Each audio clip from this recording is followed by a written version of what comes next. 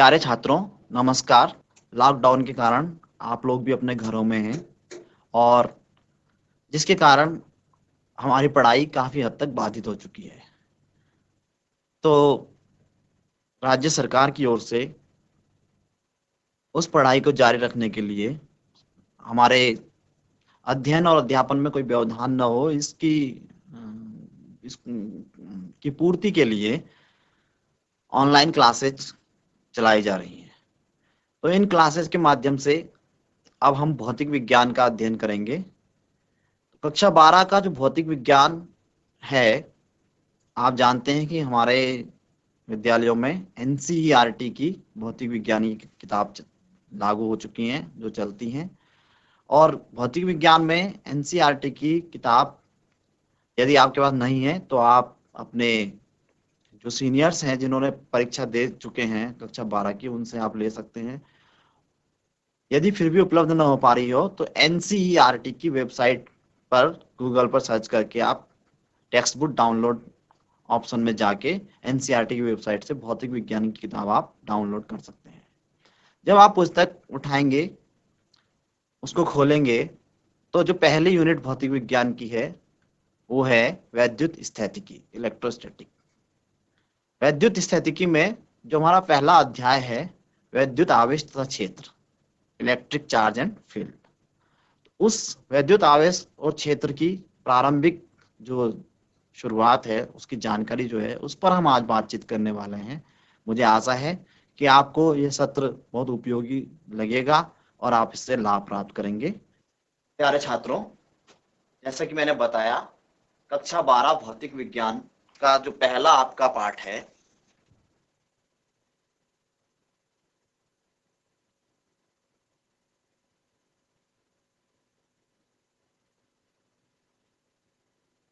इसमें हमारी जो पहली इकाई है, यूनिट फर्स्ट, वो है वैद्युत स्थैतिकी।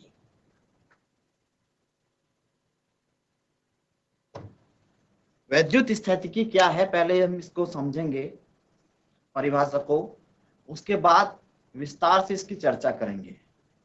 वैद्युत स्थैतिकी, जैसा कि हम कक्षा 11 में भी पढ़ चुके थे। कक्षा 11 में हमने जब भौतिक विज्ञान की शुरुआत की थी तो ये देखा था कि भौतिक विज्ञान की विभिन्न प्रकार की शाखाएं हैं, अनेक शाखाएं हैं, जिनमें वैद्युत स्थैतिकी भी एक शाखा है जो स्थिर आवेशों के बारे में अध्ययन करती है। स्थिर आवेश क्या हैं, उनकी अन्योन्य क्रियाएं कैसे होती हैं और उनके बीच कौन कौन सी पारस्परिक क्रियाएं होती हैं, इन सब का अध्ययन हम वैद्युत स्थैतिकी के अंतर्गत करते हैं। अब बात जो है स्थिर आवेश की आती है, तो विद्युत आवेश क्या है, यहां से हम अपने पाठ की शुरुआत करेंगे। विद्युत आवेश की जो संकल्पना है वो बहुत नई नहीं है। आवेश शब्द भले ही बाद में आया हो, लेकिन विद्युत शब्द बहुत पहले इसकी शुरुआत हो चुकी थी। करीब आज से अगर मैं चलूं तो 600 ईस्वी पूर्व, 600 ईस्वी पूर्व का मतलब करीब 2600 वर्ष पहले, 2600 वर्ष पहले ग्रीस के एक वैज्ञानिक थे, थेल्स। थेल्स ने क्या किया कि एक पदार्थ होता है एम्बर। एम्बर, अगर मैं इसको स्पष्ट करना चाहूं तो एम्बर क्या होता है, आपने देखा होगा कुछ वृक्षों में एक गोंद टपकती है और वो गोंद सूख कर एक कड़ा रूप, कड़े पदार्थ का, ठोस पदार्थ का रूप धारण कर लेती है। तो एक विशेष प्रकार के वृक्ष की जो गोंद है, रेजिन जो है, उसको एम्बर कहते हैं। और ये इतना ठोस हो जाता है कि बिल्कुल जैसे हीरे जैसा कठोर, और ये कठोर पदार्थ एम्बर कहलाता है। इस एम्बर को जब उन्होंने क्या करा, एक ऊनी कपड़े से रगड़ा, तो एम्बर को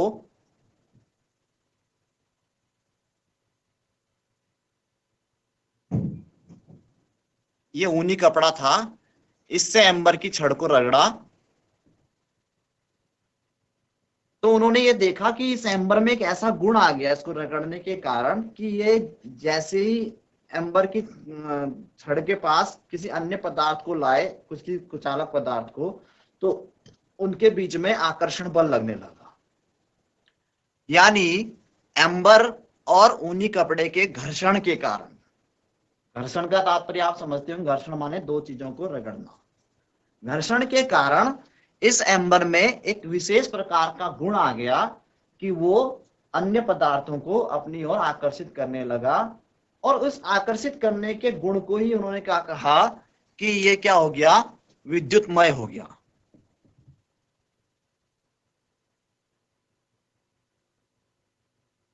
विद्युतमय होने का मतलब कि दूसरी वस्तुओं को आकर्षित करने का गुण इसमें आ गया एम्बर में। गुण क्यों आया? घर्षण के कारण आया, इसलिए उन्होंने इस घटना को नाम दिया घर्षण विद्युत।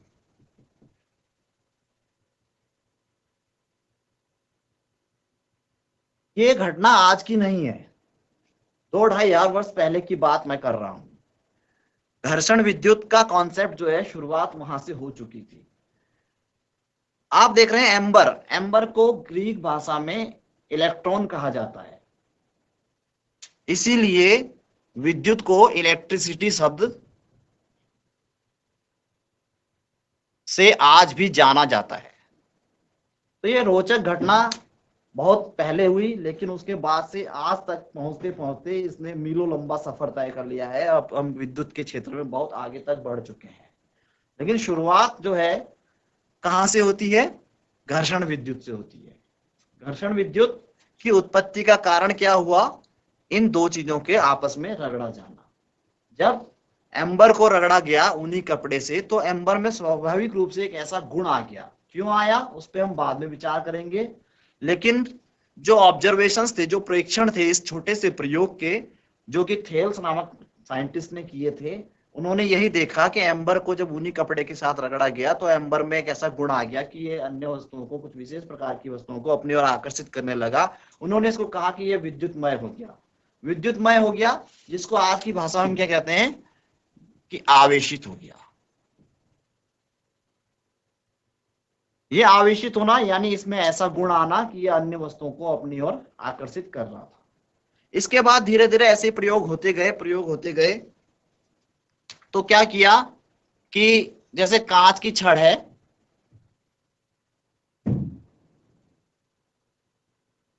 कांच की छड़ को फिर रगड़ा गया रेशम के कपड़े से, तो कांच की छड़ में भी इस प्रकार का गुण आ गया कि वो अन्य वस्तुओं को अपनी ओर आकर्षित करती है। इसको प्रयोग को हम खुद भी करके देख सकते हैं। आपने देखा होगा छोटी कक्षाओं में कई बार हमने किया भी होगा कि एक कंघा लीजिए, कंघे को अपने सूखे बालों पे थोड़ी देर रगड़िए और कागज के छोटे छोटे टुकड़े जमीन पर या मेज पर कहीं पे रख लें और कंघे को उसके पास लाएंगे, तो क्या होगा, कंघा क्या करता है, कागज के टुकड़ों को अपनी ओर आकर्षित कर लेता है। तो वो यही घटना है। दो पदार्थों को रगड़ने के बाद उन पदार्थों में क्या इस तरह का कोई ऐसा गुण आ जाना कि वो अन्य पदार्थों को अपनी ओर आकर्षित कर सके, इसको उन्होंने कहा कि ये विद्युतमय या आवेशित हो गया है। और विद्युत आवेश की संकल्पना यहीं से शुरू हुई। कांच की छड़ को मैं उदाहरण बता रहा था, रेशम से रगड़ा। ऐसे ही एबोनाइट की छड़ को लिया, जिसको आबनूस भी बोलते हैं। एबोनाइट की छड़ को बिल्ली की खाल से रगड़ा, तो इसमें भी उन्होंने देखा कि इसी प्रकार का गुण आ रहा है। तो कुल मिला के इन प्रयोगों के आधार पे वो वैज्ञानिक इस निष्कर्ष पर पहुंचे कि जब हम दो वस्तुओं को आपस में घर्षण कर रहे हैं तो उनमें क्या है, एक विशेष प्रकार का गुण आ जा रहा है कि वो कुछ वस्तुओं को अपनी ओर आकर्षित करने लगते हैं। इस गुण को उन्होंने कहा कि वो विद्युतमय या आवेशित हो गई, यानी उनमें आवेश आ गया है। अब क्या यह आवेश समान प्रकार का होता है या इसमें भी कुछ भिन्नता होती है? इसके लिए उन्होंने एक अन्य प्रयोग किया कि उन्होंने क्या किया कि कांच की छड़ को रेशम से रगड़ा और उसको फिर क्या किया, दूसरी छड़ को भी रगड़ा, एक और कांच की छड़ ली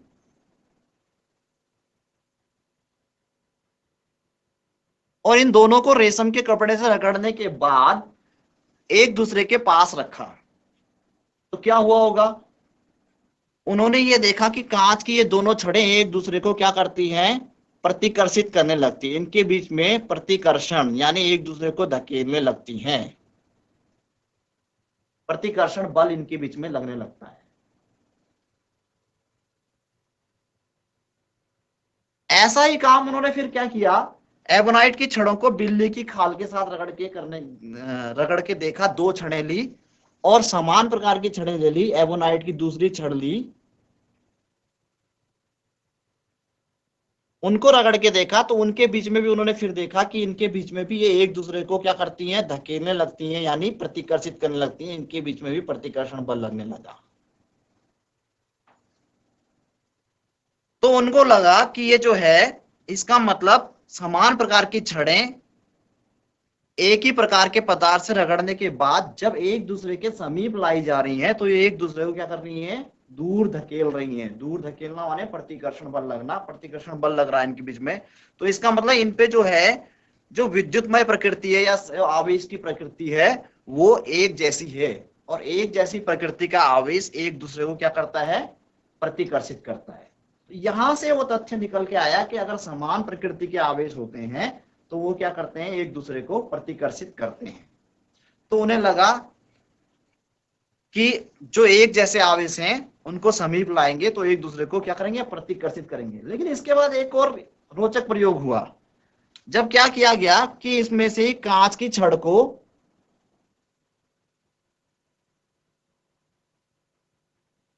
एबोनाइट की छड़ के समीप लाया गया।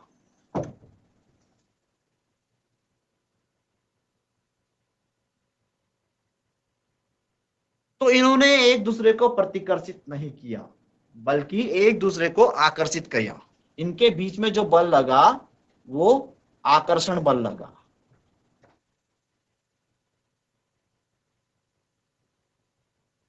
एबोनाइट की छड़ और कांच की छड़ के बीच में कौन सा बल लगा, आकर्षण बल लगा। तो अब थोड़ा सा भ्रम की स्थिति उत्पन्न हो गई। जब हम 2 कांच की छड़ों को एक साथ ला रहे थे, दोनों छड़ें रेशम के कपड़े से रगड़ी गई थी, उनके बीच में प्रतिकर्षण बल लग रहा था। इसका मतलब कांच की छड़ों के बीच में एक जैसी प्रकृति का आवेश था, और एक जैसी प्रकृति का आवेश एक दूसरे को क्या कर रहा था, प्रतिकर्षित कर रहा था। जब हम 2 समान प्रकार की एबोनाइट की छड़ों को एक ही पदार्थ से रगड़ के, बिल्ली की खाल से रगड़ के एक दूसरे के समीप ला रहे थे, तो इसका मतलब भी क्या होगा कि एबोनाइट की छड़ों पे जो आवेश आया होगा वो आवेश समान प्रकृति का था, और इसी कारण वो क्या कर रहा था, प्रतिकर्षित कर रहा था। लेकिन जब कांच की छड़ को रेशम के कपड़े के साथ रगड़ के और एबोनाइट की छड़ को बिल्ली की खाल के साथ रगड़कर एक दूसरे के करीब लाते हैं, तो तब ये देखा गया कि ये दोनों छड़ें एक दूसरे को आकर्षित कर रही हैं। इसका मतलब इनके बीच में जो आवेश है वो समान प्रकृति का नहीं है। अगर समान प्रकृति का आवेश होता तो पिछले मामलों की तरह प्रतिकर्षण बल उनके बीच में लग रहा होता।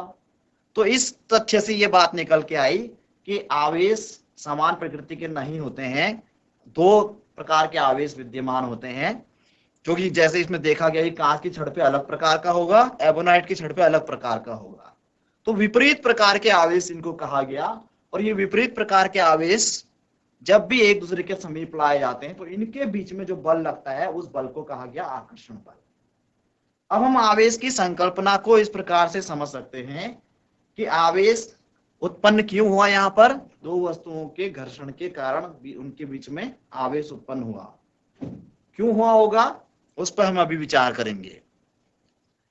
आवेश कितने प्रकार का उत्पन्न हुआ, 2 प्रकार के आवेश उत्पन्न हो सकते हैं।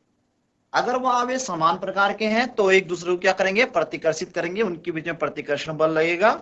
और अगर वो आवेश विपरीत प्रकार के हैं तो एक दूसरे को आकर्षित करेंगे, उनके बीच में आकर्षण बल लगेगा। अब आवेश की उत्पत्ति क्यों होती है, कैसे होती है, इसको हम आधुनिक इलेक्ट्रॉनिक सिद्धांत के आधार पर समझने की कोशिश करेंगे।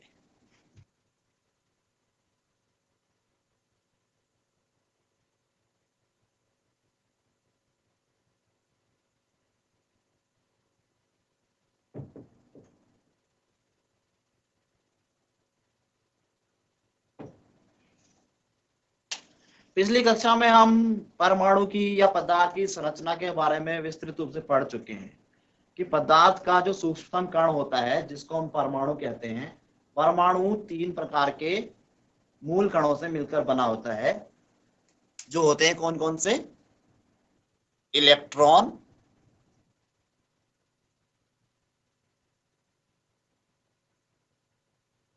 प्रोटॉन तथा न्यूट्रॉन। इनमें प्रोटॉन और न्यूट्रॉन परमाणु के बीच में एक ठोस हिस्से में बंद रहते हैं, जिस हिस्से को हम बोलते हैं नाभिक। नाभिक के चारों ओर अपनी निश्चित कक्षाओं में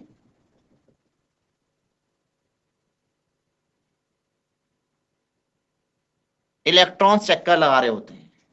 अब मान लिया हम किसी भी परमाणु की संकल्पना कर लें, मान लिया मैं एक सोडियम का परमाणु लेता हूं। सोडियम का प्रतीक हम जानते हैं Na होता है। तो सोडियम के परमाणु में कितने इलेक्ट्रॉन होते हैं? 11 इलेक्ट्रॉन। 11 इलेक्ट्रॉन होंगे, जो कि हम पढ़ चुके हैं रसायन विज्ञान की प्रारंभिक अवस्था में ही, कि बोर-बरी के नियम के हिसाब से ये अपनी कक्षाओं में वितरित रहते हैं या बटे रहते हैं। तो पहली कक्षा में हम जानते हैं कि 2 इलेक्ट्रॉन होंगे, दूसरी कक्षा में 8 इलेक्ट्रॉन होंगे,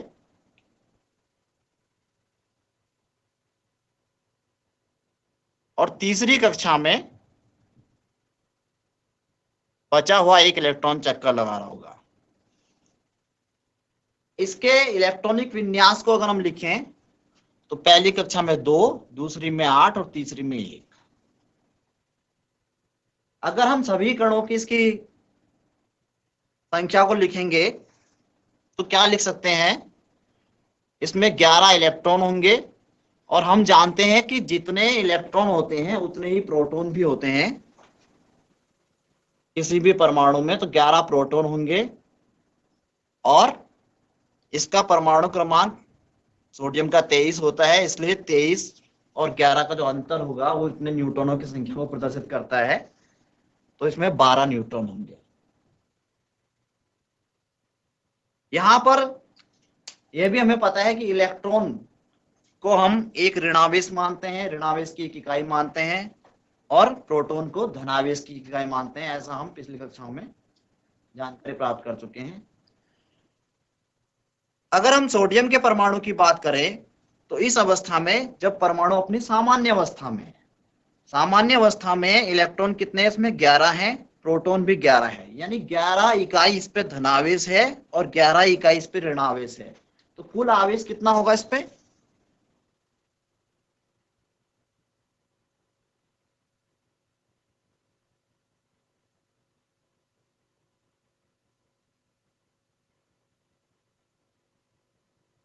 जितना धनावेश है उतना ही ऋणावेश है। तो सामान्य गणन की प्रक्रिया से हम समझ सकते हैं कि जितना धन है उतना ऋण है, तो कुल आवेश पे कितना हो गया? 0 हो गया। लेकिन हम जानते हैं कि जब हम क्या करें, इसे किसी तरह से घर्षण हो जाए या रासायनिक अभिक्रिया में ये भाग ले, तो क्या करता है, किसी भी तरीके से, तरीका कुछ भी हो सकता है, अगर ये अपना 1 इलेक्ट्रॉन जो बाह्यतम कक्षा में है उसको त्याग देता है। जैसे कि रासायनिक अभिक्रियाओं में हम देखते हैं कि सोडियम हमेशा क्या करता है? अपने 1 इलेक्ट्रॉन को त्यागता है। इसकी संयोजकता क्या होती है? 1 होती है। अगर ये अपने 1 इलेक्ट्रॉन को त्याग देगा तो तब इसमें कितने इलेक्ट्रॉन बचेंगे? तब इसमें 10 इलेक्ट्रॉन बचेंगे। तो अगर हम इसके अभिक्रिया के बाद 1 इलेक्ट्रॉन त्यागने के बाद इसका विन्यास लिखते हैं तो क्या हो जाएंगे? इलेक्ट्रॉन तो हो जाएंगे 10, प्रोटॉन हो जाएंगे कितने? क्या प्रोटॉन भी 10 हो जाएंगे? नहीं, इसने केवल इलेक्ट्रॉन त्यागा है। प्रोटॉन और न्यूट्रॉन जो है वो नाभिक के अंदर बंद है, इसलिए प्रोटॉनों की संख्या 11 ही रहेगी, न्यूट्रॉन भी उतने ही रहेंगे। अब हम यहां पे देखें, जो दूसरी अवस्था है, इस दूसरी अवस्था में होता क्या है कि इलेक्ट्रॉन 1 कम हो गया, प्रोटॉन उतने ही हैं जितने पहले थे, और न्यूट्रॉन पहले की जितने थे उतने ही हैं। तो न्यूट्रॉन तो विद्युत उदासीन कण है, प्रोटॉन धनावेशित कण है, इलेक्ट्रॉन ऋणावेशित कण है। ये सब हम पहले ही अध्ययन कर चुके हैं।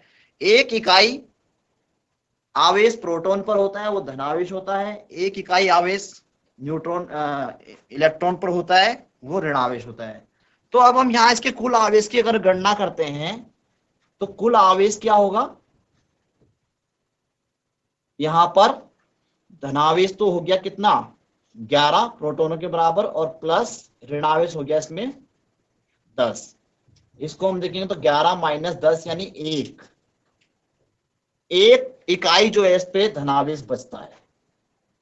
तो यहां पर ये वाला जो बना, एक इलेक्ट्रॉन त्यागने के बाद, एक इलेक्ट्रॉन त्यागने के बाद ये सोडियम जो परमाणु था, वो सोडियम का परमाणु सोडियम के यहां पर एक इलेक्ट्रॉन त्यागने के बाद हम इसको लिख सकते हैं कि सोडियम के परमाणु में 11 प्रोटॉन बचेंगे, लेकिन इलेक्ट्रॉन 10 ही बच जाएंगे, न्यूट्रॉन 12 बचेंगे। तो कुल आवेश कितना होगा?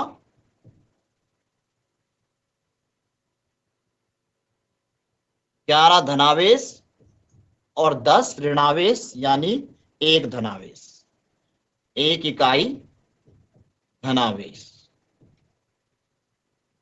तो एक इलेक्ट्रॉन त्यागने के बाद ये सोडियम का जो परमाणु था, अब इस रूप में हम इसको लिखते हैं। ये जो 1 इकाई धनावेश इस पे अतिरिक्त हो गया, वो किसके बराबर हुआ? यह हमने 1 इकाई से यहाँ पे दिखा दिया, जिसको हम रसायन विज्ञान की भाषा में सोडियम आयन भी कहते हैं। तो इस तरह से परमाणु तो आयन में बदल गया, लेकिन इस पर क्या हुआ? 1 इकाई धनावेश उत्पन्न हो गया। तो वास्तव में 1 इकाई धनावेश का मतलब क्या हुआ? कि इलेक्ट्रॉन इसमें कम हो गए। कितने इलेक्ट्रॉन कम हुए? 1 इलेक्ट्रॉन कम हुआ। 1 इलेक्ट्रॉन कम होने के कारण इस पर 1 इकाई धनावेश आया। तो इलेक्ट्रॉन की जो कमी है, इलेक्ट्रॉन की कमी का मतलब क्या हो गया? कि धनावेश इस पे आ गया है। ठीक है, इसी उदाहरण को हम क्लोरीन के उदाहरण से अगर समझें। अब क्लोरीन का मैं विन्यास यहाँ पे नहीं बना रहा हूं, क्योंकि विन्यास बनाने का मतलब वही है, मैं सीधे इलेक्ट्रॉन विन्यास लिख रहा हूं। 17 क्लोरीन 35 हम जानते हैं। इसमें 17 इलेक्ट्रॉन होंगे, 17 ही प्रोटॉन होंगे, और 35 में से 17 को आप अगर अंतर निकालेंगे तो 18 इसमें न्यूट्रॉनों की संख्या आ जाएगी। तो इस अवस्था में हम इसमें देखें कुल आवेश कितना होगा। तो हम यहाँ पे देख रहे हैं कि धनावेश और ऋणावेश दोनों मिलाकर बराबर है। तो 17 प्लस माइनस 17 यानी कुल मिला के 0 आवेश। यानी क्लोरीन का परमाणु सामान्य अवस्था में क्या होगा? विद्युत रूप से उदासीन होगा। हम कहेंगे उस पर कुल मिलाकर कोई भी आवेश नहीं है। लेकिन हम जानते हैं कि जब भी ये क्लोरीन क्या करता है, रासायनिक अभिक्रिया में भाग लेता है, तो इसका जो इलेक्ट्रॉनिक विन्यास था, जो क्लोरीन का इलेक्ट्रॉनिक विन्यास होता है 2, 8 और 7, ये इस 7 को 8 तक पहुंचाने के लिए, यानी स्थायी अवस्था प्राप्त करने के लिए एक इलेक्ट्रॉन कहीं से क्या करता है? ग्रहण करता है, लेता है। तो क्लोरीन अगर क्या करेगा? एक इलेक्ट्रॉन ले लेगा, तो क्या होगा? एक इलेक्ट्रॉन ग्रहण करने के पश्चात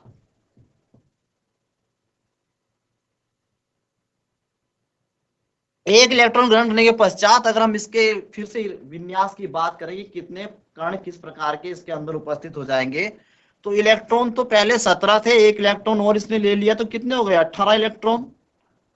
प्रोटॉन जितने थे उतने ही रहे, न्यूट्रॉन जितने थे उतने ही रहे। यहां ध्यान रहे कि न्यूट्रॉन पे कोई आवेश नहीं है, इसलिए न्यूट्रॉन के आवेश की गणना हम 0 मान के ही करेंगे। न्यूट्रॉन 0 ही होता है। अब इसमें कितना आवेश होगा? नया आवेश हम कह सकते हैं इसमें। तो यहां पे हम देखेंगे कि 17 तो धनावेश है और 18 ऋणावेश है। तो कुल मिला के हो जाएगा 17 माइनस 18 यानी ऋण 1। अब इस पे 1 इकाई ऋणावेश हमारा हो गया। ठीक है, तो इस प्रकार हम समझ सकते हैं कि इसको हम क्लोरीन पे 1 ऋणावेश ऐसे दिखा सकते हैं, या Cl माइनस करके। तो ऋण आवेश की मतलब हुआ कि इसने क्यों आया ऋणावेश? क्योंकि 1 इलेक्ट्रॉन उस पे पहले से ज्यादा हो गया। इसका मतलब आवेश की कमी यानी इलेक्ट्रॉन की कमी यानी आवेश का धनात्मक होना, और इलेक्ट्रॉन की अधिकता यानी आवेश का ऋणात्मक होना। इसे हम इस तरह से समझ सकते हैं। इसके बाद हम आगे इसमें विस्तार से आगे भी चर्चा करेंगे।